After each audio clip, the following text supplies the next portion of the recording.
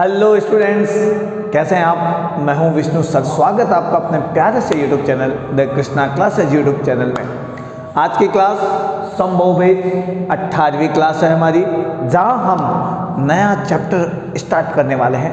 Vectors पढ़ने वाले हैं, सदिश पढ़ने वाले हैं। कई बुक्स में कई जगह सभी जगह समझ लीजिए ये चैप्टर्स मिलेगा आपको मोशन इन अ प्लेन, यानी समतल में गति। हमने पहले पढ़ा किसी स्ट्रेट लाइन में हमें मोशन करना हो, हमें गति करनी हो तो किस तरीके से कौन कौन से क्वांटिटीज आने वाली है, उन क्वांटिटीज का मतलब क्या है और उनके बीच में डिफरेंस क्या है। उन्हीं क्वांटिटीज की हेल्प से हमने पढ़ा स्ट्रेट लाइन मोशन को, उसके कॉन्सेप्ट को समझा, मतलब उसको खोलकर समझा कि यार आदमी चलता है तो उसके अंदर मोशन करते समय वेलोसिटी भी आती है, एक्सीलरेशन भी आता है। वेलोसिटी बदलती है, एक्सीलरेशन बदलता है, क्या इफ़ेक्ट पड़ता है। यदि मैं उसे ग्राफिकली पढ़ना चाहूँ तो ग्राफ के हिसाब से मैं कैसे रिप्रेजेंट करूँगा। यदि ग्रेविटी के अंडर में मोशन करना चाहूँ तो ग्रेविटी मेरी मोशन पर किस तरीके से इफ़ेक्ट डालती है, ये सब हमने पढ़ा। कुछ अच्छे अच्छे कॉन्सेप्ट वाले क्वेश्चंस भी किए हमने। आज की क्लास में हम पढ़ेंगे वेक्टर्स, ठीक है, समतल में गति पढ़ेंगे। इस चैप्टर में हम पढ़ने वाले जब एक साथ किसी एक डायरेक्शन में मोशन ना होकर एक साथ दो डायरेक्शन में मोशन हो या तीन डायरेक्शन में मोशन हो तो उस टाइप की मोशन को किस तरीके से समझा जा सकता है, उसको समझने के लिए कौन सा कॉन्सेप्ट हमें यूज़ करना पड़ेगा। या स्ट्रेट लाइन मोशन की तरह हम 3 डायमेंशनल मोशन या 2 डायमेंशनल मोशन, यानी एक साथ दो दिशाओं में गति या एक साथ तीन दिशाओं में गति को किस तरीके से लिख सकते हैं, समझ सकते हैं, किस तरीके से मैथमेटिकली फॉर्मूलाज में उसे समझा जा सकता है, ये सब हम पढ़ने वाले हैं वेक्टर्स में। इसीलिए तो वेक्टर्स वर्ड हमने यूज़ किया है, अदरवाइज वेक्टर्स की जरूरत कहाँ पर थी। स्ट्रेट लाइन मोशन पढ़ चुके थे ना, बस स्ट्रेट लाइन मोशन पढ़ लेते, सरल रेखा में गति समझ में आ गई थी। लेकिन जब आदमी दो या दो से ज़्यादा यानी दो डायरेक्शन या तीन डायरेक्शन में एक साथ मोशन करता है, दो या तीन डायरेक्शन में एक साथ गति करता है, तो मैथमेटिकली फॉर्मूलाज की हेल्प से उसे कैसे समझा जा सकता है या किन क्वांटिटीज़ की हेल्प से उसे समझा जा सकता है, ये सबसे बड़ा कन्फ्यूजन था। तो हमने फिर बात की वेक्टर्स की, ताकि मोशन इन अ प्लेन, एक प्लेन में यानी एक समतल में होने वाली गति को समझा जा सके। आ गई मेरी बात समझ में। चलिए, तो आज की हमारी पहली क्लास है वेक्टर की, जहाँ केवल इंट्रोडक्शन होगा। आप सबको पता ही है, जो नीट आईआईटी की तैयारी कर रहे हैं उनके लिए तो ये कोई बड़ी बात नहीं है, लेकिन जो लैब असिस्टेंट या सेकंड ग्रेड की तैयारी करें उनके लिए थोड़ी बड़ी बात है, क्योंकि वेक्टर्स के बारे में उनकी राय थोड़ी अलग होती है। उनको थोड़ा कम ही समझ में आता है वेक्टर्स अकॉर्डिंग टू डायरेक्शन, क्योंकि उन्हें डायरेक्शन के बारे में भी ज़्यादा पता नहीं होता है कि कौन सी क्वांटिटी किस तरह बिहेव करने वाली है, उसको लिखा कैसे जाएगा, कौन सा फॉर्मूला यूज़ करना पड़ेगा, किस साइन का क्या मतलब होता है, ये सब। तो आज की क्लास उनके लिए, खासकर लेब असिस्टेंट और सेकंड ग्रेड वालों के लिए, खासकर उनके लिए है, जहाँ पर हम इंट्रोडक्शन करेंगे वेक्टर्स का, पूरा कॉन्सेप्ट का निचोड़ निकालने वाले हैं।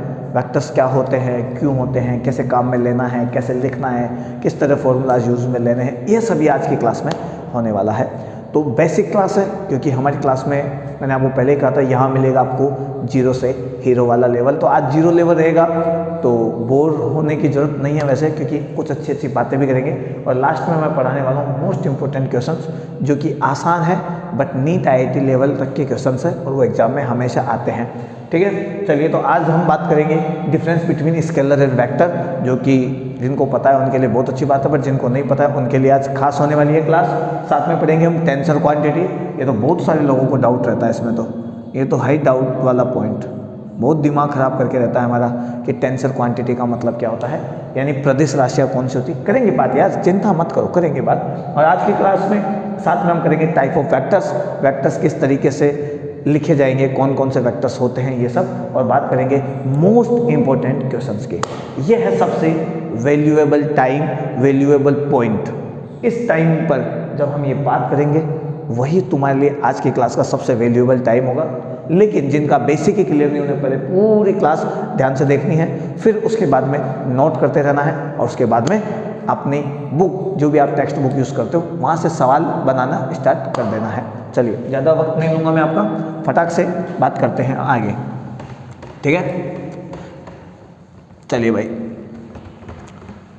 तो देखिए भाई, वेक्टर्स और स्केलर दो अलग अलग टाइप की क्वांटिटीज़ होती है, इनके बारे में हम बात कर ही लेते हैं, ठीक है। मैं यहाँ लिख देता हूँ स्केलर यानी अदिश राशि, ठीक है।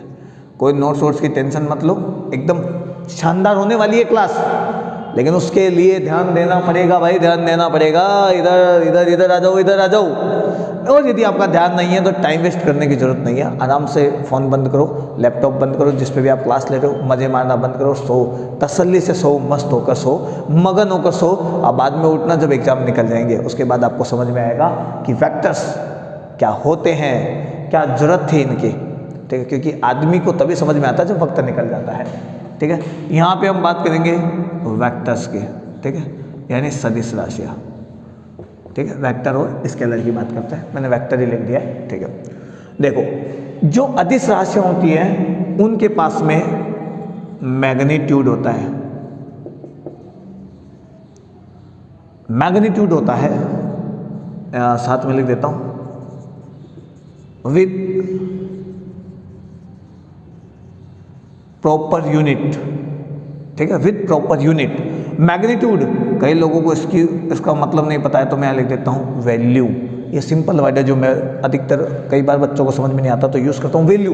1 2 3 4 15 20 कितना है, मैंने कहा 15 किलो, तो 15 मैग्नीट्यूड है वहाँ पर, ये मैग्नीट्यूड है। With proper unit 15 kilo, kilo KG द्रव्यमान यानी मास की यूनिट है, तो यूनिट मैंने यहाँ पर केजी लगाई, इससे आपको पता लग गया कि मैं मास की बात कर रहा हूँ, ठीक है। तो प्रॉपर यूनिट के साथ में मैग्नीट्यूड होता है, but does not have direction, but कोई डायरेक्शन नहीं होता है। तो मैं यहाँ लिख देता हूँ मैग्नीट्यूड यानी परिमाण बोलते हैं भाई शुद्ध हिंदी में, परिमाण तथा मात्रक होगा किंतु दिशा नहीं होगी, डायरेक्शन नहीं होगा, इनके पास कोई डायरेक्शन नहीं होता है। मैंने कहा भाई आपको 15 किलो आपको वजन उठाना है, अभी मैंने बोला 15 किलो आप उठा लो भाई, है ना। एक हम नॉर्मल बोलचाल में यही बोलते हैं, 15 किलो उठा लो, वजन वेट समझकर न्यूटन मत बोल देना भाई, ठीक है।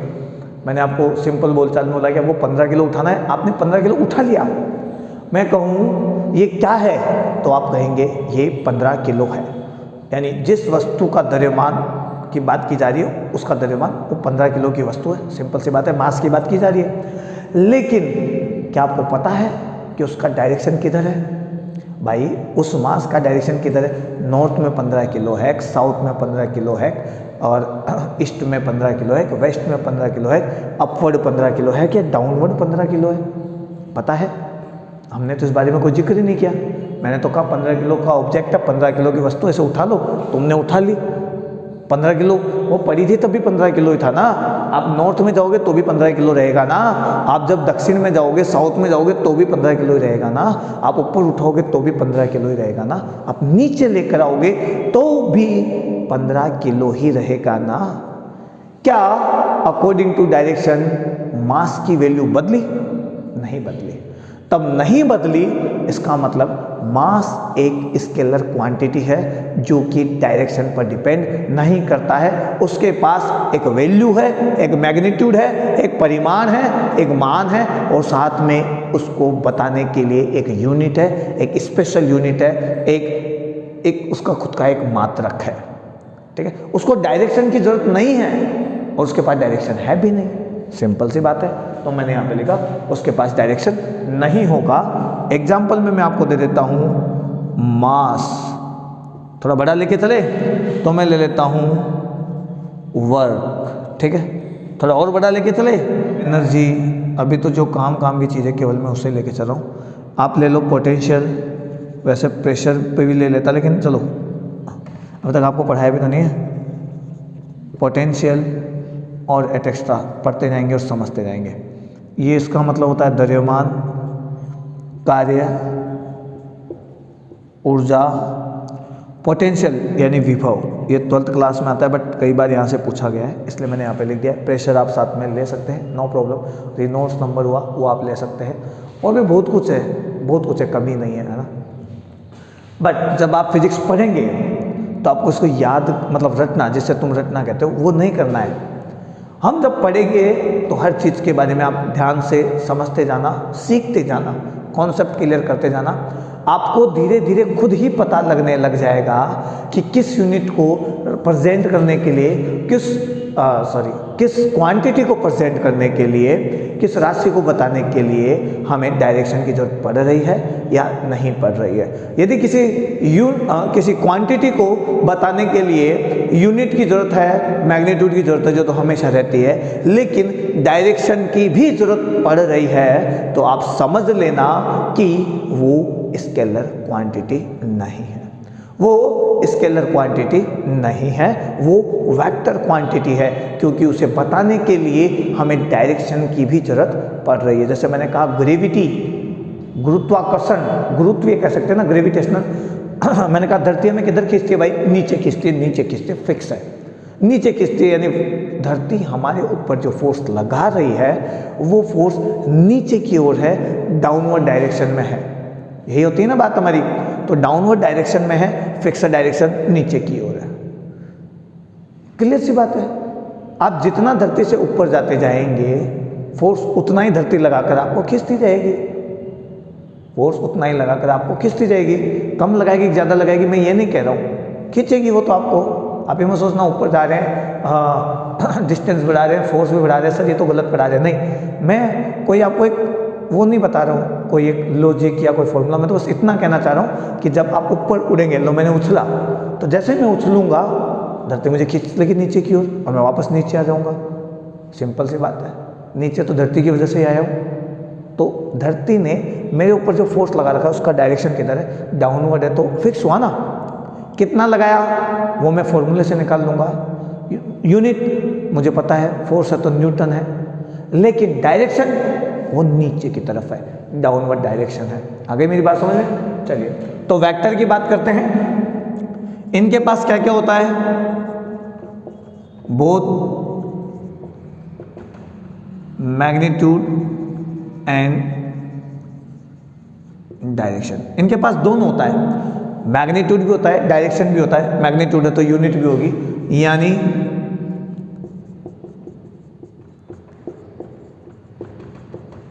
परिमाण के साथ साथ दिशा की भी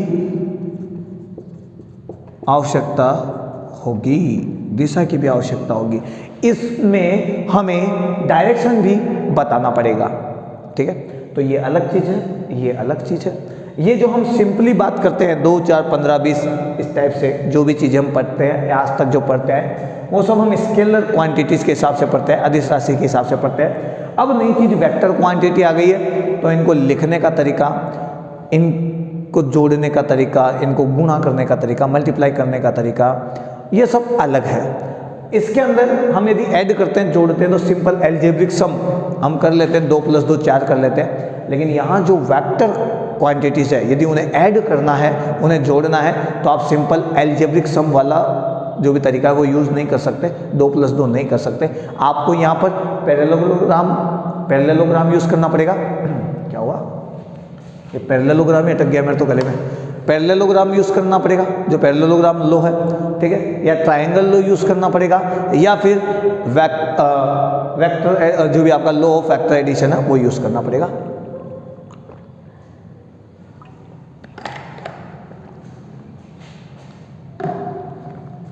जो भी वेक्टर्स को ऐड करने के लिए जो हम यूज़ करते हैं, है ना, हमारा जो भी फॉर्मूला है, ज़्यादातर हम पैरेललोग्राम लो यूज़ करते हैं, समांतर चतुर्भुज का नियम यूज़ करते हैं, वही आपको यूज़ करना पड़ेगा, उसी से आपको जोड़ना पड़ेगा। अदरवाइज आप सिंपली एल्जेब्रिक सम यूज़ नहीं कर सकते हैं। आगे मेरी बात समझ में? चलिए भाई, याद रहेगा। चलिए इसके बारे में यदि बात करें तो मैं यहाँ पर ले लेता हूँ एग्जाम्पल में फोर्स। सिंपल सी बात है, बाहर आ गया ना भाई फोर्स, सिंपल सी बात है। वेलोसिटी, अब आप कहेंगे वेलोसिटी, हाँ भाई मैंने बताया था आपको पॉजिटिव, यदि आप ऊपर की ओर पॉजिटिव लिखते हैं तो नीचे की ओर आप नेगेटिव डायरेक्शन लेंगे। फिर बात करेंगे एसिलरेशन। एसिलरेशन की भी यही बात हुई थी कि यदि आप ऊपर की ओर लेते हैं पॉजिटिव डायरेक्शन तो उसके अपोजिट डायरेक्शन यानी नीचे की ओर हो जाएगा नेगेटिव डायरेक्शन। ये सब बात हमने प्रीवियस क्लास में डिस्कस किया था जब ग्राफ पढ़ा था। इससे पहले भी मैं बात कर चुका हूँ मोशन अंडर ग्रेविटी, उससे पहले भी मैं बात कर चुका हूँ जब मैं आपको एसिलरेशन पढ़ा रहा था, वेलोसिटी पढ़ा रहा था, एवरेज वैल्यू, इंस्टेंटेनियस वैल्यू, ये सब बता रहा था, तब भी मैंने आपको समझाया था। यदि आपने वो क्लासेस ज्वाइन नहीं की है तो सबसे पहले प्लेलिस्ट में जाइए, संभव बीज की वो क्लासेस ज्वाइन कीजिए। अदरवाइज संभव कब असंभव बन जाएगा आपको पता भी नहीं लगेगा, ठीक है। तो संभव को संभव बनाओ, असंभव नहीं पढ़ोगे तो ये संभव कब असंभव हो जाएगा पता भी नहीं लगेगा। आ गई मेरी बात समझ में? तो पहले वो क्लासेस आप देखिए, अपने बेसिक क्लियर कीजिए ताकि जो मैं बेसिक से पढ़ा रहा हूँ उसका फ़ायदा आपको भी मिल सके। अदरवाइज यदि मुझे नीट आईआईटी के लिए क्रैश कोर्स करना होता, केवल हमें हाई लेवल बातें करनी होती, जीरो लेवल से मैं बात करना नहीं चाहता तो मैं फटाक से मेन बातें, मेन टॉपिक बता देता। इतनी बेसिक बात नहीं बताता क्योंकि नीट आईआईटी की तैयारी करने वाले बच्चों के लिए ये नॉर्मल सी बातें हैं। एयरफोर्स नेवी वाले बच्चे भी थोड़ा बहुत इसको जानते हैं, बट लैब असिस्टेंट वाले बच्चे जिनको जमाने हो गए होंगे पढ़े हुए कई बार, बट उन्हें भी बेसिक की जरूरत है, तो क्यों ना जीरो से उठाया जाए, इसलिए मैंने जीरो से उठाना स्टार्ट किया है, ठीक है। चलिए फोर्स, वेलोसिटी, एसिलरेशन, आपका वेट हो गया, ये लो, और भी आप खूब सारी चीज़ें, टॉर्क हो गया, ये भी आप ले सकते हैं, ये सब आपकी वेक्टर क्वांटिटी है, ठीक है। चलिए मैं मिटा रहा हूँ भाई, समझ गए ना। स्केलर में नो डायरेक्शन, वेक्टर में हाँ डायरेक्शन होगा, विदाउट डायरेक्शन वेक्टर नहीं होगा, ठीक है। तो वेक्टर को सिंपली ऐड नहीं कर सकते, इसके लिए हमें पैरेललोग्राम लो या ट्रायंगल लो, वो यूज़ करना पड़ेगा, यानी समांतर चतुर्भुज का नियम, त्रिभुज का नियम, सदिशों के योग का नियम, है ना, ये सब हमें यूज़ करना पड़ेगा, ठीक है। सिंपली एल्जेब्रिक सम आप यूज़ नहीं कर सकते, यानी इनका तो तरीका ही अलग हो गया है, इनको तो आपको अलग ही तरीके से समझना पड़ेगा, और इनको तो हम आज तक समझते हैं, यानी स्केलर को तो हम समझते हैं, वेक्टर की नई कहानी है तो वेक्टर के बारे में बात करते हैं। चलिए सबसे पहले मैं बात करूंगा कुछ चीज़ों की कि वेक्टर्स जो होते हैं नॉर्मली कितने टाइप के होते हैं। वेक्टर्स यानी सदिश, ठीक है, राइटिंग में मत जाइएगा, माशाल्लाह बड़ी जल्दी निकल के आ जाती है, तो टेढ़ी-मेढ़ी हो जाती है, समझते हो आप, ठीक है। चलिए वेक्टर्स दो तरह से बनता है भाई, दो तरह के होते हैं, ऐसे समझ लो। वेक्टर्स दो तरह के होते हैं, एक होता है पोलर, एक होता है एक्सियल। अब कई इसको एक्सियल भी बोलेंगे, तो एक्सियल समझ लीजिए, ध्रुवीय सदिश और अक्षीय सदिश। इनके बीच में भी मैं डेफिनेशन आपको समझा देता हूँ। पोलर वेक्टर हमेशा किसी एक पॉइंट के लिए होते हैं, यानी जिन वेक्टर्स को हम एक पॉइंट के लिए भी लागू कर सकते हैं, एक पॉइंट के लिए भी पढ़ते हैं, अलोंग द पॉइंट हम जिनकी बात करते हैं, एक बिंदु के अनुदिश जिनकी बात की जाती है, वो पोलर वेक्टर होते हैं, ध्रुवीय सदिश होते हैं। जैसे विस्थापन, डिस्प्लेसमेंट। अब आप खुद देखिए, यदि मैं डिस्प्लेसमेंट की बात करूं तो किसी एक पॉइंट से दूसरे पॉइंट के बीच की बात करना चाहूंगा, तो यहां पर ये जो वेक्टर्स है, ये डिस्प्लेसमेंट जो है वो पॉइंट के रेस्पेक्ट में, अलोंग द पॉइंट हम बात कर रहे हैं जिसके, ठीक है, बिंदु के लिए हम बात कर रहे हैं, इसलिए हम इन्हें पोलर वेक्टर कहते हैं। क्या कहते हैं? पोलर वेक्टर कहते हैं। डिस्प्लेसमेंट हो गया आपका, सिंपल सी बात है, ठीक है। ज़्यादा लंबा नहीं खींचूंगा मैं इंट्रोडक्शन का लेक्चर, आप बुक्स पढ़ोगे तो वहाँ पे भी बहुत सारा आपको बेसिक मिल ही जाएगा। एक्सेल की बात करें, जो हमेशा अलोंग दी एक्सिस आता है, अलोंग दी एक्सिस जिनको हम यूज करते हैं, किसी अक्ष के लिए यूज करते हैं, किसी अक्ष के लिए बात करते हैं, किसी एक्सिस के लिए बात करते हैं, उन्हें हम एक्सियल वेक्टर कहते हैं। जैसे टॉर्क, टॉर्क पता ही होगा, टॉर्क को तो सबको बल आघूर्ण कहा जाता है। बल आघूर्ण तभी लगेगा जब किसी एक एक्सिस के चारों ओर मोशन होना चालू हो जाएगा। किसी एक्सिस के रेस्पेक्ट में हमें बात करनी पड़ेगी, किसी पॉइंट के रेस्पेक्ट में भी हम करते हैं, लेकिन पॉइंट से फिर एक लाइन खींचते हैं उसे हम एक्सिस बोल देते हैं। इसका मतलब ये एक्सिस है और कोई मोशन हो रही है इस तरह से सर्कुलर मोशन टाइप की, तो यहाँ पर लगेगा टॉर्क यानी टाउ, और टाउ लगेगा तो ये एक्सियल वेक्टर है। इसका मतलब एक्सियल वेक्टर ज़्यादातर तब आते हैं जब आपकी रोटेशनल मोशन होती है, यानी घूर्णन गति। आई मेरी बात समझ में? तो जनरली घूर्णन गति में आने वाले जो वेक्टर्स हैं उनको हम एक्सियल वेक्टर कहते हैं। ये किसी अलोंग की एक्सिस के लिए होता है, ठीक है। घूमेगा तो उसका खुद का कोई एक वेलोसिटी भी होगा जिसे हम ओमेगा भी कहेंगे, जिसे हम बोलते हैं एंगुलर वेलोसिटी। इतने तो आप समझदार बन ही गए। एंगुलर वेलोसिटी कोणीय वेग। तो इस टाइप की जो भी क्वांटिटी है वो एक्सियल वेक्टर्स कहलाती है आपकी, ठीक है। तो एक पोलर होता है, एक एक्सियल होता है। पोलर किसी पॉइंट के लिए वेक्टर्स जो लगाए जा सकते हैं, किसी बिंदु के लिए जिनके बारे में बात की जा सकती है, जो किसी पॉइंट के ऊपर डिपेंड करता है, ऐसे समझ लो, उन्हें हम पोलर वेक्टर कहते हैं। बट जो किसी एक्सिस के अलोंग लगते हैं, किसी एक्सिस के अलोंग जिन्हें हमें डिफाइन करना होता है, ठीक है, उन्हें हम एक्सियल वेक्टर कहते हैं, ठीक है। जैसे टॉर्क हुआ, एंगुलर डिस्प्लेसमेंट कह दो, एंगुलर वेलोसिटी कह दो, एंगुलर एक्सीलरेशन कह दो, ये सब, ठीक है। एंगुलर मोमेंटम बोल दो, ये सब इसमें आने वाला है। यानी जनरली रोटेशनल मोशन यानी घूर्णन गति जब होएगी तो आपके एक्सियल वेक्टर काम करेंगे। अदरवाइज जब आप सिंपल एक अलोंग द लाइन या अलोंग द पॉइंट बात करेंगे, जैसे डिस्प्लेसमेंट आपने बात की, तो इस टाइप के जो वेक्टर होंगे वो आपके कहलाएंगे, क्या कहलाएंगे, क्या कहलाएंगे, क्या कहेंगे, पोलर वेक्टर कहलाएंगे, ठीक है। मैं बार बार वो होता है ना सीरियल्स में ऐसे होता है, सास बहू को देखती है ऐसे, और फिर कैमरा टन ऐसे चलता रहता है, बार बार पीछे बैकग्राउंड म्यूजिक बज रहा होता है, अलग ही खतरनाक सी फीलिंग आती है। वैसे नहीं कर रहा हूँ मैं, इसलिए बार बार बोल रहा हूँ कि भाई आपके दिमाग में घुस जाए। पॉइंट के लिए बात तो पोलर वेक्टर, एक्सिस के लिए बात तो आप कहेंगे एक्सियल वेक्टर। सिंपल फंडा, ठीक है। चलिए आगे बात करते हैं। क्लियर है? वेक्टर्स के बारे में कुछ चीज़ें हम पढ़ लेते हैं सबसे पहले, है ना, फिर इनको लिखने का तरीका ये सब भी समझेंगे। वेक्टर्स का जो मैग्नीट्यूड होता है, यदि आप ग्राफ के हिसाब से समझे तो हम उन्हें एरो में लिखते हैं। वेक्टर्स को लिखने के लिए हम ऊपर लगाते हैं एरो, आपने पढ़ा होगा ये सब, ठीक है। एरो से हम डिनोट करते हैं उनके मैग्नीट्यूड को। तो यदि हम ग्राफ के हिसाब से बात करें, यानी डायग्राम के हिसाब से बात कर ले, तो यदि आपके पास में दो एरो ऐसे हैं ए एंड बी, तो ये जो लेंथ ऑफ एरो है, लेंथ ऑफ एरो है, लेंथ ऑफ एरो, ये जो तीर है इसकी जो लंबाई है वो लंबाई हमेशा बताएगी मैग्नीट्यूड को, यानी परिमाण को, यानी वैल्यू को, ठीक है। अब यहां पर ध्यान से देखो, यदि वेक्टर क्वांटिटी का मैग्नीट्यूड बदले या फिर केवल डायरेक्शन बदले या फिर दोनों ही बदल जाए, मैग्नीट्यूड बदल जाए या फिर डायरेक्शन बदल जाए या फिर दोनों ही बदल जाए, तीनों ही सूरत में हम कहेंगे वेक्टर्स में चेंज हो गया है। कई बार क्या होता है, वेलोसिटी के बारे में बोला जाता है कि वेलोसिटी इस डायरेक्शन में पूर्व की ओर आपकी 10 मीटर पर सेकंड है और 10 मीटर पर सेकंड से वो नॉर्थ की ओर मुड़ गई है, तो हमें लगता है उसमें तो चेंज ही नहीं हुआ, वो तो 10 की 10 ही है। नहीं, उसने अपना डायरेक्शन बदल लिया है। यदि डायरेक्शन भी बदल गया तो हम कहेंगे कि हमारे उस वेलोसिटी के अंदर चेंज आ गया है, ठीक है।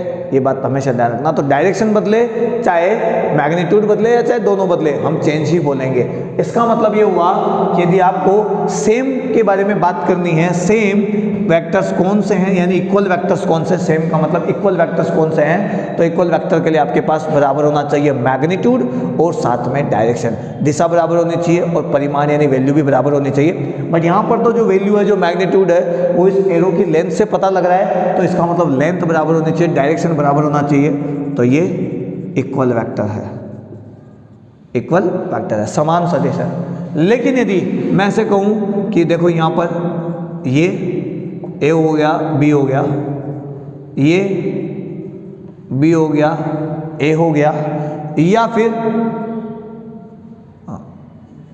ये, इसमें देखो लेंथ सेम है यानी मैग्नीट्यूड सेम है, लेंथ ऑफ एरो है ना, एरो की लेंथ सेम है यानी मैग्नीट्यूड सेम है, बट डायरेक्शन, सॉरी गलत, यहाँ पर डायरेक्शन सेम है लेकिन लेंथ सेम नहीं है। यहाँ पर देखो डायरेक्शन सेम नहीं है बट लेंथ सेम दिख रही है। यहाँ पर देखो डायरेक्शन भी सेम नहीं है, लेंथ भी सेम नहीं है। यहाँ दोनों सेम नहीं है। यहाँ पर डायरेक्शन सेम नहीं है बट लेंथ सेम है। यहाँ पर डायरेक्शन सेम है लेकिन लेंथ सेम नहीं है। देखो तो इसका मतलब ये तीनों ही अनइक्वल वेक्टर्स है, अनइक्वल वेक्टर्स है, असमान सदिश है, याद रखना। ठीक है, समान सदिश यानी इक्वल वेक्टर्स के लिए जरूरी है लेंथ ऑफ एरो भी सेम होना चाहिए और डायरेक्शन भी सेम होना चाहिए। इनकी तरह नहीं होना चाहिए, किसी के पास डायरेक्शन सेम नहीं है तो किसी के पास लेंथ ऑफ एरो सेम नहीं है यानी मैग्नीट्यूड सेम नहीं है। इस वजह से ये अनइक्वल वेक्टर्स में माने जाते हैं। इसके अलावा देखो यदि आपके पास एक वेक्टर ए ऐसे है, अब आप मत सोचना ऐसे कि सर ने इस पर वेक्टर नहीं लगाया, मैं वेक्टर की बात कर रहा हूँ, आप चाहो तो लगा लोगे।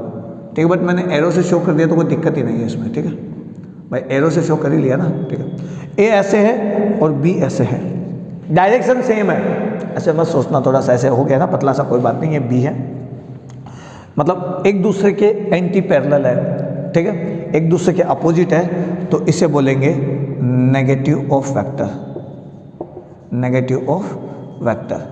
इसका मतलब है कि ए और बी दोनों सेम तो है। आपको कैसे पता लगा? अरे भाई लेंथ ऑफ एरो देख लो, दोनों की एरो की लेंथ सेम है तो आपके ए और बी सेम है बट डायरेक्शन अपोजिट है तो आप यहाँ पे माइनस लगाएंगे। यदि लेंथ ऑफ एरो सेम है तो ये इक्वल हुए मैग्नीट्यूड में, बट यदि आपके पास इधर अपोजिट डायरेक्शन है तो आप यहाँ पे माइनस लगाएंगे, जिसका मतलब होगा ए का डायरेक्शन बी के अपोजिट है और ए की वैल्यू बी के बराबर है। नेगेटिव ऑफ वेक्टर्स लिखेंगे आप। ठीक है, चलिए ठीक है। और भी आते हैं फिक्स्ड वेक्टर, अनफिक्स्ड वेक्टर, इस टाइप के। फिक्स्ड वो होते हैं जो किसी एक रेफरेंस पॉइंट से स्टार्ट किए जा सकते हैं। मैं लिख देता हूँ यहाँ पर, एक होते हैं फिक्स्ड, वैसे इनके बारे में ज़्यादा चर्चा नहीं होती। फिक्स्ड ये वो होते हैं जो किसी एक पर्टिकुलर पॉइंट यानी रेफरेंस पॉइंट से स्टार्ट किए जाते हैं, रेफरेंस पॉइंट के रेस्पेक्ट में बात की जाती है। तो मैं कहूँ कि भाई साहब ये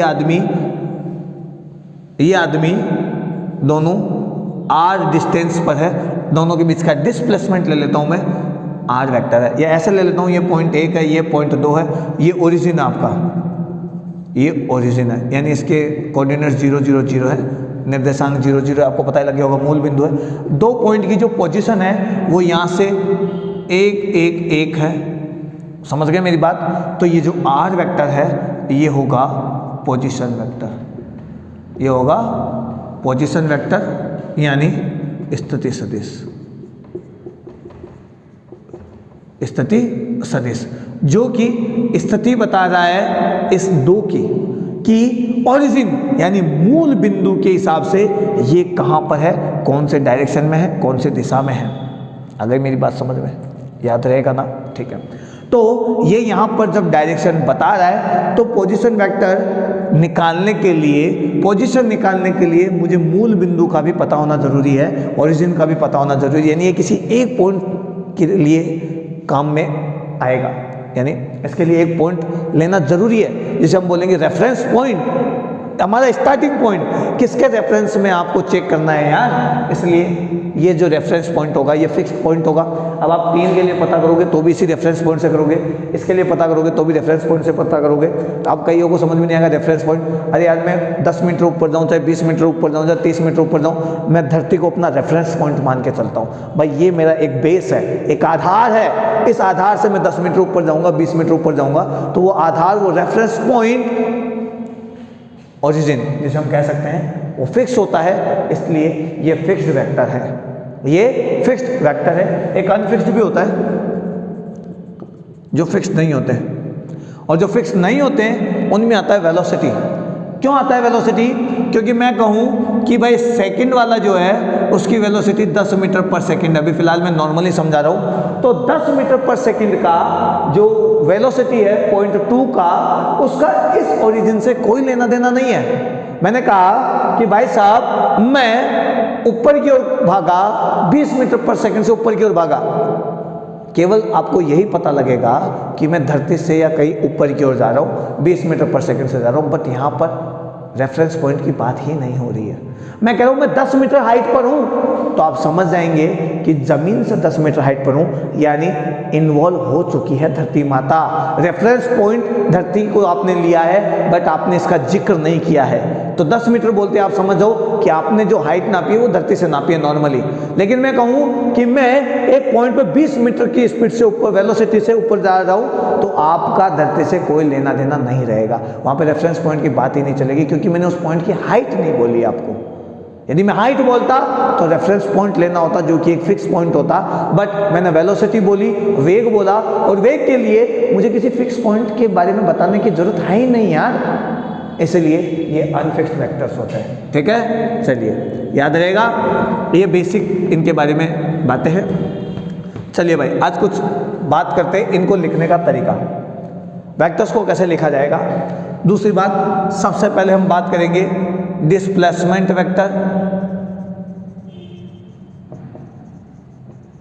और पोजीशन वेक्टर में क्या फ़र्क है। कई लोगों को ये नहीं पता होता है।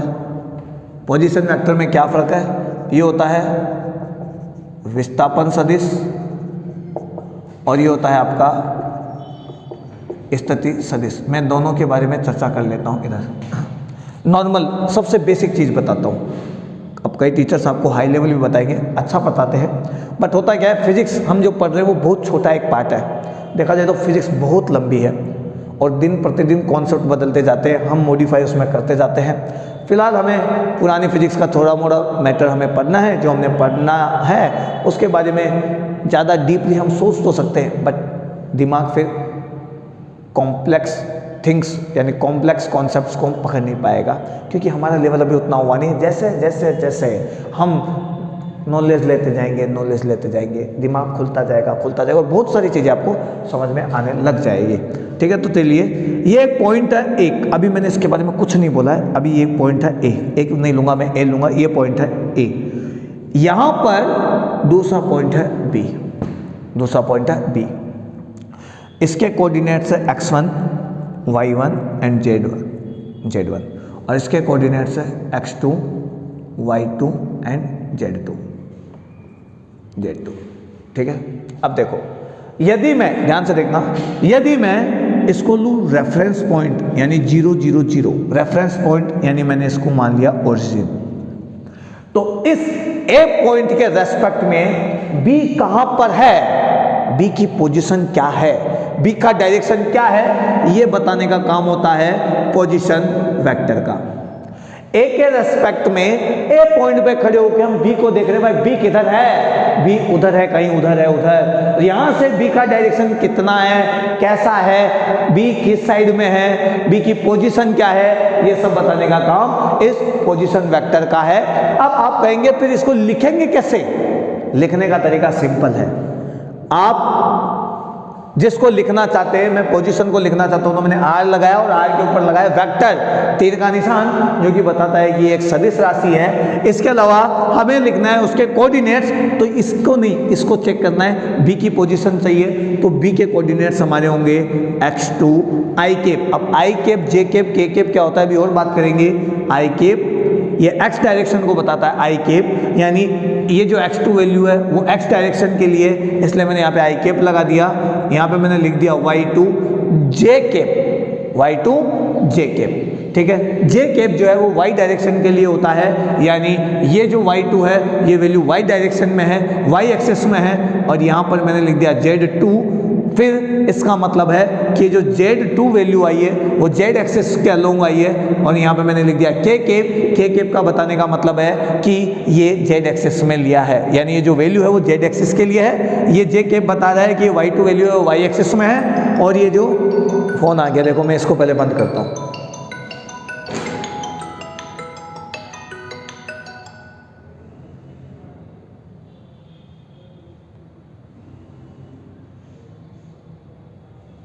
लो भाई, बंद कर दिया मैंने, हमेशा आता है। और ये जो आई कैप है ये बताना चाहता है कि जो x2 वैल्यू है ये अलोंग दी x एक्सिस है, x एक्सिस के डायरेक्शन में है। ये हो गया आपका आर वेक्टर। ये पोजीशन वेक्टर हो गया, जहां पे आपने इधर तीर के निशान लगा दिए, इधर आपने आपके जो कोऑर्डिनेट्स थे उनको लिख दिए और साथ में आई कैप, जे कैप और के कैप भी लिख दिया है। ये आई कैप, जे कैप और के कैप का काम है डायरेक्शन को बताना, एक स्पेसिफिक डायरेक्शन के बारे में बताना कि भाई x2 वैल्यू x डायरेक्शन के लिए है। मैं यहाँ पे लिख देता हूँ, आई कैप जो होता है वो x एक्सिस के लिए बताता है, जे कैप जो है वो y एक्सिस के लिए बताता है और ये के कैप जो है वो z एक्सिस के लिए आपको बताएगा। z एक्सिस के बारे में आपको इंडिकेशन देगा कि Z2 वैल्यू आपको z एक्सिस में लेनी है, ठीक है, समझ गए। और ये आई कैप, जे कैप होता है, उन्हें हम बोलते हैं यूनिट वेक्टर, एकांक सदिश। अभी पढ़ेंगे भाई इसके बारे में और अच्छा सा सवाल भी बताऊंगा मैं, लेकिन फिलहाल अभी और बात पे चर्चा कर रहे हैं तो केवल उसी टॉपिक को पढ़ेंगे। इन्हें बोलेंगे एकांक सदिश, ठीक है, याद रहेगा। चलिए क्लियर है, मैं इसको थोड़ा सा रफ कर देता हूँ, ठीक है। ये मेरा केवल पोजीशन वेक्टर आया है, क्या है, पोजीशन वेक्टर आया है, ठीक है। आगे बात करते हैं, पोजीशन वेक्टर आपका आ गया है। अब बात करते हैं आगे। ये मेरे को इतना पता लग गया है कि मैं जो पोजीशन वेक्टर है उसको मैं लिखूंगा x2 i cap, y2 j cap and z2 k cap. ये आपका पोजीशन वेक्टर है, स्थिति सदिश है। लेकिन मैंने कहा कि नहीं, मुझे तो डिस्प्लेसमेंट वेक्टर चाहिए, विस्थापन सदिश चाहिए, विस्थापन सदिश चाहिए भाई, मुझे तो डिस्प्लेसमेंट वेक्टर चाहिए। तो वो कैसे लिखा जाएगा?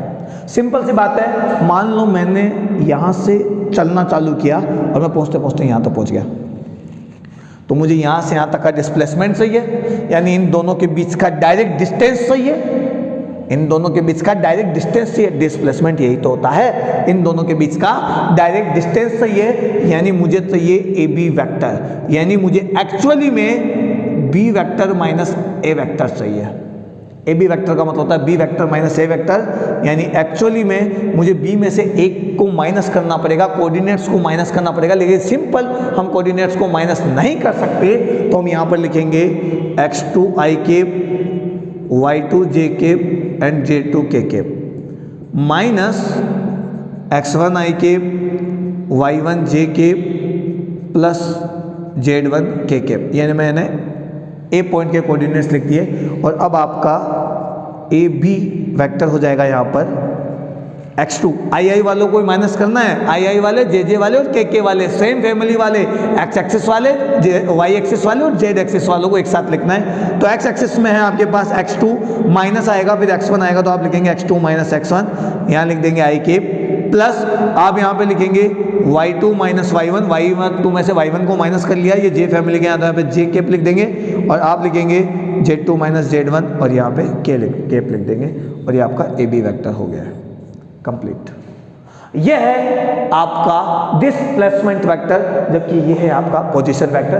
पोजीशन वेक्टर किसी एक रेफरेंस पॉइंट के रेस्पेक्ट में किसी दूसरे की पोजीशन बताने में काम आता है, जबकि डिस्प्लेसमेंट वेक्टर विस्थापन सदिश एक पॉइंट और दूसरे पॉइंट के बीच में डिस्प्लेसमेंट लिखने में काम आता है और आपको ऐसे लिखना होता है, ठीक है। चलिए आगे थोड़ी सी बात कर लेते हैं, ठीक है। अब इतनी बात कर ली तो हम और थोड़ा आगे बढ़ लेते हैं, ठीक है।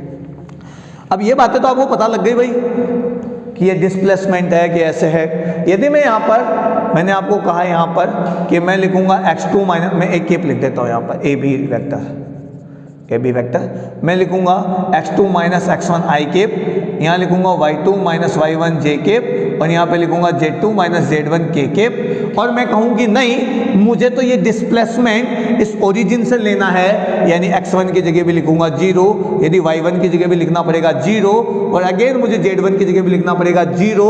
तो जो ए बी वैक्टर है वो हो जाएगा x2 i cap, y2 j cap and again j2 k cap, जो कि इक्वल है आपका r वेक्टर के। यानी आप अपनी पोजीशन वेक्टर की बात करें तो वो ओरिजिन के हिसाब से ले, और यदि आप अपना डिस्प्लेसमेंट वेक्टर भी ओरिजिन से ले तो ये आपका दोनों बराबर आएगा। आपका पोजीशन वेक्टर और डिस्प्लेसमेंट वेक्टर दोनों आपस में बराबर हो जाएंगे। बट शर्त यही है, कंडीशन यही है कि आप किस पॉइंट के लिए लेना चाहते हैं वो सेम होना चाहिए। यानी मैं रेफरेंस पॉइंट को माना है, मैंने ओरिजिन को माना है, तो देखो इसके लिए भी मेरा ओरिजिन पॉइंट 0 0 0 ये रेफरेंस पॉइंट ये माना है, और मैंने डिस्प्लेसमेंट के लिए भी मैंने जो इनिशियल पॉइंट लिया है वो मेरा एक ओरिजिन पॉइंट ही है 0 0 0 कोऑर्डिनेट वाला, तो दोनों सेम आ गए। ठीक है, अब मैं इसको डिस्प्लेसमेंट कह दूं, कह दिया मैंने भाई डिस्प्लेसमेंट ये लो ए बी वैक्टर, और फिलहाल मैंने लिख दिया आर वैक्टर, नो प्रॉब्लम, कोई दिक्कत नहीं है। ठीक है, ये मैं आपको एक समझाने के लिए बता रहा हूँ ताकि आपका दिमाग खुल जाए। कॉन्सेप्ट में समझा दूंगा, कॉन्सेप्ट को पकड़ा दूंगा, तुम्हें क्लियर कर दूंगा, दिमाग से सारा जो भी आपका डाउट है वो मैं हटा दूंगा, क्योंकि जब हम हाई लेवल बात करते हैं ना तो हमारा दिमाग खराब हो जाता है। हम बात करें लो लेवल, जरूरी नहीं है कि हम प्रोटोकॉल का पालन करें, एक स्पेशल स्टैंडर्ड प्रोटोकॉल ही अपनाएं। हम ऐसी भी कोई चीज़ याद कर सकते हैं, समझ सकते हैं, इस तरीके से भी कोई याद कर सकते हैं देसी तरीके से, ताकि हमारे दिमाग में नॉलेज कंप्लीटली समझ में आ जाए। जैसे आप पीरियोडिक टेबल याद करते हैं, आवर्त सारणी आती है ना पीरियोडिक टेबल, उसमें कैसे करते हैं, और हेली ने कर ली रब से फरियाद, ऐसे कुछ ना कुछ पीरियोडिक टेबल ऐसे ऐसे कुछ कोड वर्ड में यूज़ की जाती है, ऐसे याद भी की जाती है, क्योंकि इस तरीके से हमको फटाफट याद होता है। तो कुछ ऐसा ही सिस्टम यहाँ पर है, ताकि आपको वेक्टर्स के बारे में डाउट ना रहे, आप क्लियरली समझ पाए। ठीक है, अब यदि मैं कहूँ कि ठीक है भाई यही मेरा पोजीशन वेक्टर है, यही मेरा एक डिस्प्लेसमेंट वेक्टर है, यहाँ से यहाँ तक का डिस्प्लेसमेंट जो है वो ये है x to y cap, y to j cap and z to k cap. लेकिन मैं कहूँ कि इसको नापो, देसी तरीके में नाप के दो। अरे भाई जिसको वेक्टर के बारे में नहीं पता है, जो कुछ नहीं जानता है, जैसे बूढ़े दादाजी, और मैं कहूँ कि दादाजी मैं यहाँ खड़ा हूँ, आप यहाँ खड़े हैं, और आपके और मेरे बीच में जो डायरेक्ट डिस्टेंस है, जो एटलीस्ट डिस्टेंस है, जो मिनिमम डिस्टेंस है, जिसे हम डिस्प्लेसमेंट कहते हैं, यदि मैं उसे वेक्टर की तरह बोलूँ तो हमारे यहाँ दोनों के बीच का जो डिस्प्लेसमेंट वेक्टर है वो होगा x to y cap, y to j cap and z to k cap. तो दादाजी का दिमाग घूम जाएगा, और दादाजी हमें क्या बोलेंगे, पागल समझाए क्या, दादा है अपन दादा, और फिर पढ़ेंगे तुम्हारे जूते, क्योंकि दादाजी को तो डिस्प्लेसमेंट वेक्टर पता ही नहीं है ना यार, उन्हें वेक्टर पढ़ाएगा कौन। तुम कहोगे मैं पढ़ा दूं, तो वो कहेंगे तेरी जैसी उम्र के बहुत है, तो जिस उम्र में है उससे बहुत आगे आ गया हूं मैं। बड़े बड़े ऐसे तो डायलॉग देते, मुझे तो ऐसे ही मिलते थे, मुझे मत सिखा, ऐसे बाल सफ़ेद नहीं किए, अभी तो मेरे खुद के सफ़ेद आने लगे, बताओ अब तो मैं डायलॉग नहीं दे सकता, गलत टाइम पे मैटर गड़बड़ा गया मेरा, वाइट बाल आ गए, डायलॉग नहीं दे सकता हूँ, बट दादाजी दे लेते हैं और चुप रहना पड़ता है। तो उस कंडीशन में दादाजी को आप एक फीते की तरह समझाए, नाप कर फीते से ऐसे, ये लो दादाजी यहाँ से यहाँ तक ऐसे है, यानी आपको चाहिए मैग्नीट्यूड, आपको चाहिए वैल्यू, तो आप मैग्नीट्यूड कैसे लिखेंगे भाई। तो देखो मैंने ए बी वेक्टर को मैंने आर वेक्टर ही लिख दिया, तो मैंने यहाँ पर लगा दिया मोड, वेक्टर हटा दो, मोड लगा दो।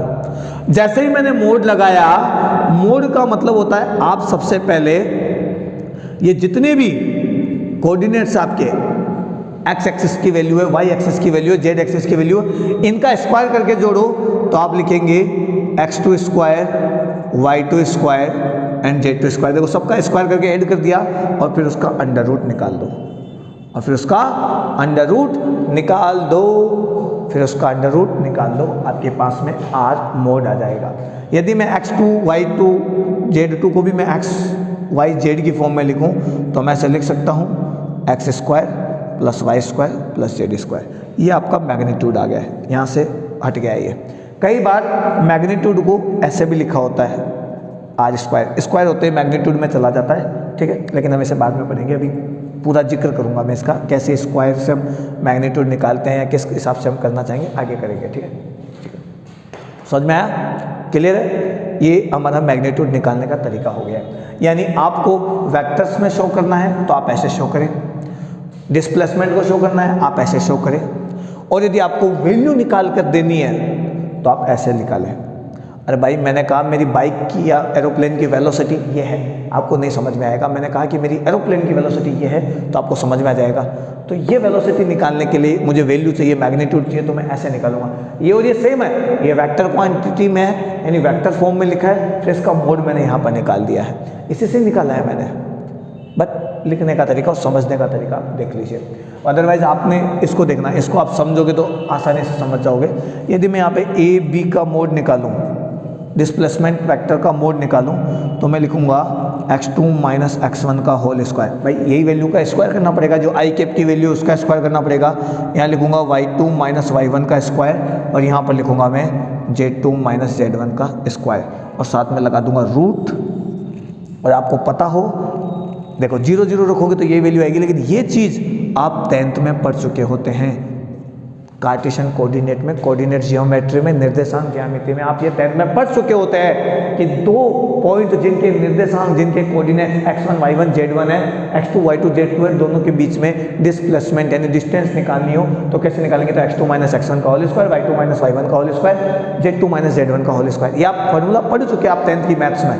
थोड़ा सा दिमाग लगाओ, याद करो, आपको समझ में आ जाएगा। ठीक है, चलिए, ठीक है, समझ में आया? चलिए भाई, तो थोड़ा सा आगे बढ़ते हैं। पहले हमारे मेन टॉपिक की बात कर लेते हैं कि भाई साहब मेन टॉपिक कौन सा? अब आप कहेंगे कौन सा सर, सभी तो मेन है।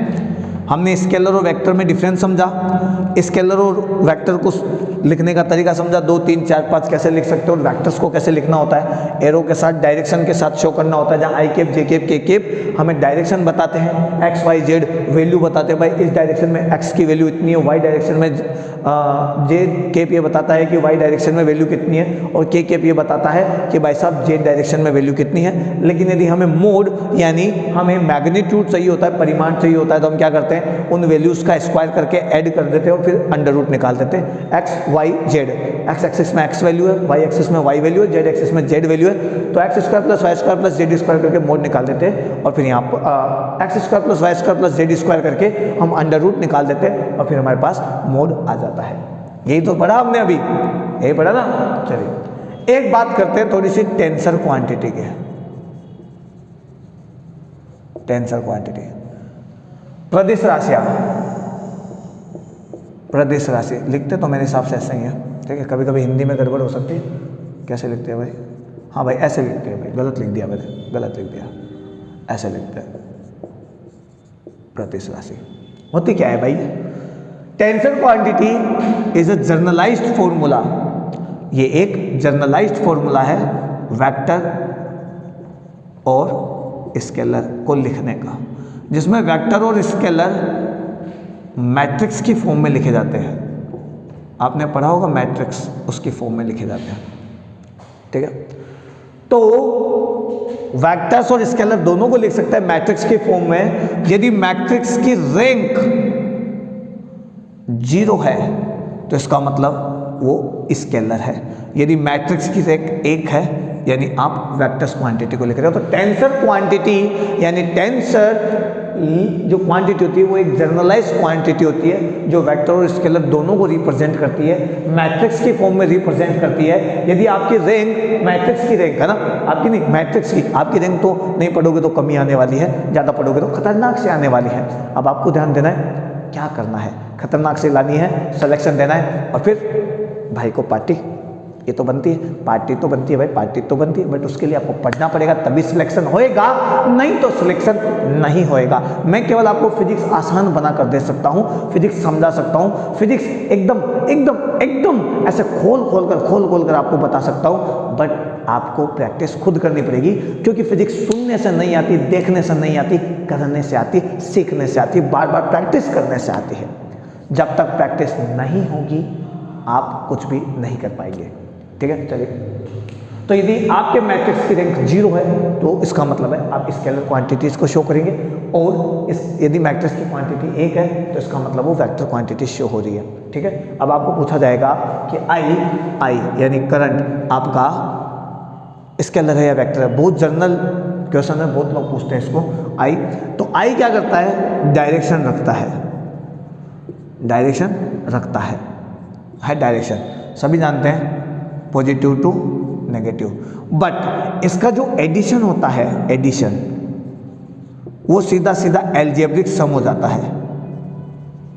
एल्जेब्रिक सम, अब ऐसे मत सोचना ये कौन सा होता है, अरे बीजगणितीय योग यार, बीजगणितीय योग, सिंपल बीजगणितीय योग में हम इसमें एडिशन करते हैं। जबकि यदि ये वेक्टर क्वांटिटी होती तो हमें पैरेललोग्राम लॉ या वेक्टर लॉ ऑफ एडिशन, हमें लॉ ऑफ वेक्टर एडिशन हमें यूज़ करना पड़ता। ठीक है, वो मैं कभी कभी vector law of addition, law of vector addition ऐसे बोल जाता हूँ, समझ लेना यार। ठीक है, समांतर चतुर्भुज का नियम या सदिशों के योग का नियम हमें यूज़ करना पड़ता, बट यहाँ पर एल्जेब्रिक सम होता है, इसलिए ये वेक्टर क्वांटिटी नहीं है। वेक्टर नहीं है तो क्या है? ये स्केलर क्वांटिटी है, स्केलर। बट कई टीचर्स ये बताते हैं कि ये टेंसर क्वांटिटी भी है, बट कई किताबें इसको स्केलर क्वांटिटी बोलती है। तो देखो बात ये है, टेंसर क्वांटिटी के लिए आप बात करना चाहें तो मैं कहूँगा कई टीचर्स इससे बोलेंगे, कई हायर रैंक में जब आप पढ़ोगे, अच्छी पढ़ाई करोगे, ऊपर जाओगे, ऊपर जाना मतलब हाई रैंक वाली पढ़ाई, अभी PhD VhD ऐसे आगे जाओगे तो आप सोचोगे, समझोगे और पढ़ोगे तो आपका दिमाग खुल जाएगा, नॉलेज आपको मिल ही जाएगी थोड़ी थोड़ी स्टेप बाय स्टेप। तो आप समझ जाएंगे कि क्यों इस आई को कभी कभी टेंसर क्वांटिटी बोल दिया जाता है, क्यों आई को प्रदिश राशि बोल दिया जाता है। क्योंकि आई को बोला और लिखा तो स्केलर के हिसाब से जाता है, लेकिन टेंसर क्वांटिटी बोलकर मैट्रिक्स की फॉर्म में लिखकर उसकी रैंक कितनी बना दी जाती है? 0 बना दी जाती है। टेंसर क्वांटिटी बोलकर मैट्रिक्स की फॉर्म में लिखकर 0 रैंक लगा दी जाती है उसके, और जब 0 रैंक यदि उसकी होती है तो इसका मतलब वो स्केलर ही है। तो सीधा सीधा हम बोल सकते हैं आई स्केलर क्वांटिटी है, अदिश राशि। समझे? आई अदिश राशि है, इलेक्ट्रिक करंट अदिश राशि है, बट कई लोग कई जगह से प्रदिश राशि बोला गया है, तो इसका मतलब है कि भाई साहब आप प्रदिश राशि समझते हो, इसका मतलब आप उसे मैट्रिक्स की फॉर्म में लिखोगे, लेकिन मैट्रिक्स की रैंक कितनी होगी? 0 होगी। और ये तभी पॉसिबल है जब आप स्केलर के रिप्रेजेंट करना चाहते हो, स्केलर को लिखना चाहते हो, इससे स्केलर क्वांटिटी ही मैट्रिक्स फॉर्म में 0 रैंक में होती है। इसका मतलब इलेक्ट्रिक करंट स्केलर क्वांटिटी ही होगी। तो कई किताबों में यदि आपको स्केलर मिलता है तो डरने की जरूरत नहीं है, असलियत में स्केलर ही है। और यदि वो टेंसर बोलता है तो समझ जाना उसने मैट्रिक्स की फॉर्म की तरह उसको लिखेगा और उसकी मैट्रिक्स की जो रैंक है वो 0 रखेगा। इसका मतलब घूम फिर कर वही स्केलर आएगा। कुल मिला के बात यही है। आपके दिमाग में बैठ गई ना, क्या स्केलर है, क्या टेंसर है, क्या आपका वेक्टर है। ठीक है, तीनों में थोड़ा सा अंतर आपको पता होना चाहिए, तीनों में लिखने का तरीका आपको पता होना चाहिए, किस तरीके से लिखा जाता है, क्या आपको फॉर्मूले यूज़ करने हैं, क्या मोड होता है, क्या रिप्रेजेंट करने का तरीका होता है। कई लोगों को तो अभी भी डाउट है डिस्प्लेसमेंट वेक्टर और पोजीशन वेक्टर, वो भी उनका क्लियर नहीं होने वाला है। बट आज की क्लास बेसिक क्लास थी, इतनी बात करेंगे। कल हम बात करेंगे यूनिट वेक्टर की, एकांक सदिश की। बड़ा मोस्ट इंपॉर्टेंट रोल है इसका। अब आप कहेंगे ये क्या होता है? अरे भाई लोगों, भी आपने आई केप, जे केप, के केप पढ़ा है ना। अरे भाई ये होता क्या है, इनकी वैल्यू कैसे निकाली जाएगी, इनका मतलब क्या है, इन्हें क्यों लिखा गया है, वो भी तो पढ़ना बाकी है। तो वो कल हम पढ़ेंगे नेक्स्ट क्लास में। इंपॉर्टेंट न्यूमेरिकल्स में कराऊंगा, साथ में हम एडिशन, सब्ट्रैक्शन और मल्टीप्लिकेशन यानी जोड़, बाकी और गुणा, ये तीनों किस हिसाब से किया जाएगा वेक्टर्स में, क्या प्रोसीजर है, क्या तरीका है, और वहाँ से किस तरीके इंपॉर्टेंट क्वेश्चंस बनते हैं, वो भी हम पढ़ने वाले हैं।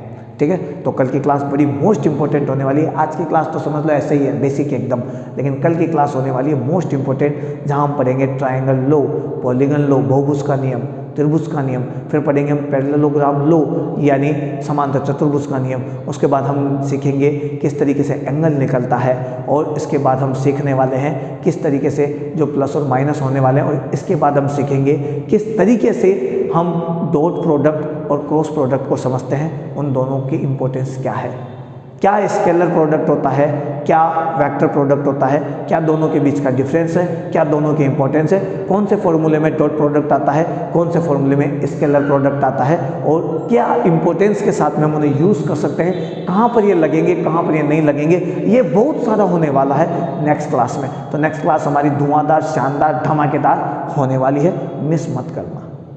ठीक है, तो स्टूडेंट्स आज की क्लास में इतना ही, आज्ञा दीजिए, मिलते हैं नेक्स्ट क्लास में।